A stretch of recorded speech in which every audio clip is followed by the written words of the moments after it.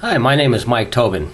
I want to talk to you about the subject of prayer at the pump and pray for orderly priorities, gas, driving, and recreation. Gasoline, driving, recreation, and priorities. We all have those, but in different order. It's like no people are the same. And it changed for me when I prayed to God for all of this to be orderly, and for some strange reason in the universe, I got above and beyond what I could even ask for, though I did specifically pray to be close to work. Talk about above and beyond. After the gas prices from the mid-2008 area reduced to $2 a gallon, I got a job as a maintenance supervisor for San Diego's largest property management company, where I now live and work, reducing my commute, travel, and gas expenses to $0 a month. In 2008, with gas prices in the mid-$4 range, I was filling up in Tijuana at half the price. Somehow, in the latter part of 2008, prices dropped below $3 a gallon. So I was inspired to pray about my priorities, gasoline, driving, and recreation in 2008, when the news actually showed a group of people holding prayer meetings at gas stations in San Diego, at the time when everybody else said that $5 a gallon was going to be the norm. So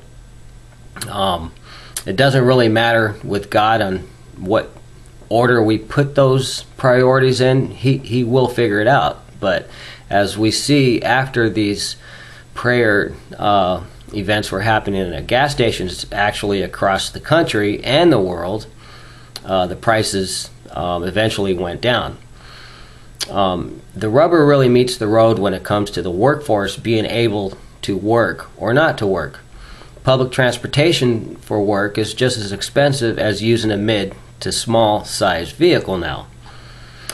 Take my son Michael, for example. He's going on his first year at a new job with the company I work for. He purchased trolley tickets and had to ride a bicycle and then the trolley and bicycle again, round trip, twice a day. He did that for a few months. His commute also is now reduced to $0 expense because he now lives in the high-rise property that he helps maintain and manage. But before he got that, he suffered, but most importantly, he endured, and that's what we are all struggling to do right now, is endure.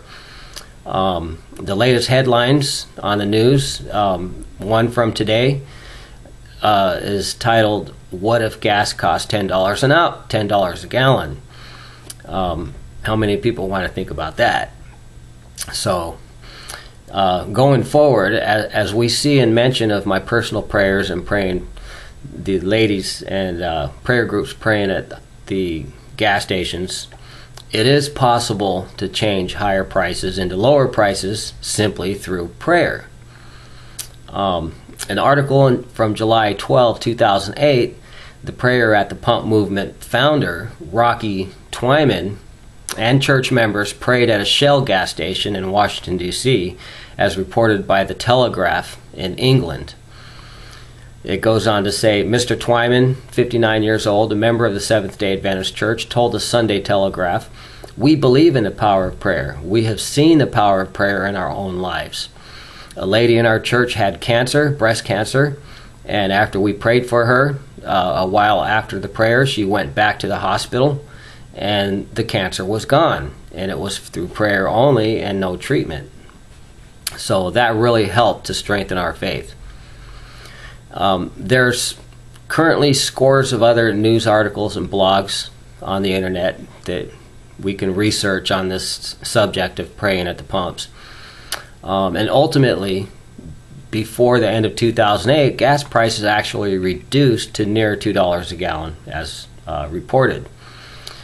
But it wasn't until before that drop that the founder of the Prayer at the Pump movement actually went to the Washington, D.C. Saudi embassy and prayed for Saudi Arabia to put out more output of oil, which they actually ended up doing.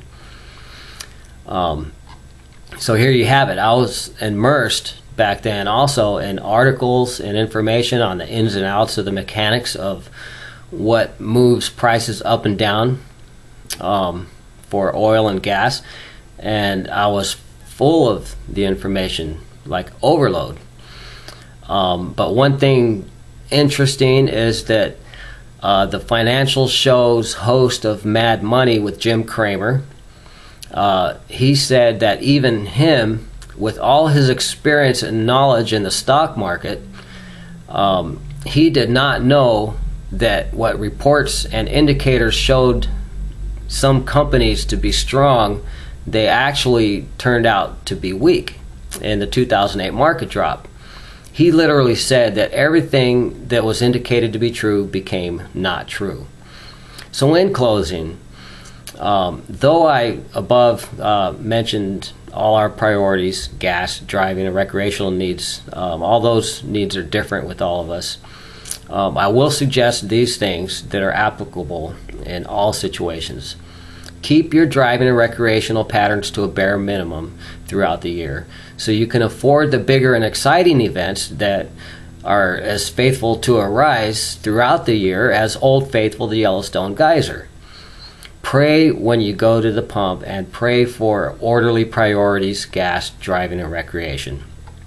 And finally, here are some spending, driving, and recreational habits I began changing since 2000, when I realized that I was driving excessive miles in literal circles shopping for so-called better deals with groceries and household goods in a small city in Central Oregon where I lived for 7 years. I realized my gas consumption was huge. How could that be in a small city, I was thinking. Well, stoplights, stop and go, and distance from home to destinations and work, they all factored in.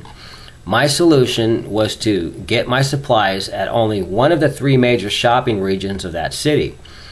And I would use each region, but just one at a time. Great savings. Instead of special trips for individual needs, I combined at least 2 to several in one trip at the same time. The goal is to never drive the whole city's perimeter. Just do the math and geography and save, save, save. And another big idea was to stop going places just to show my face, and the trips became unfulfilling. Quit wasting time and gas trying to set an image. There's a lot of driving involved in that. All the wasted trips stopped and left me with more to do the things I really want to do. That is very important. It's a hard lesson, but necessary. So pray for your individual challenges and watch God work.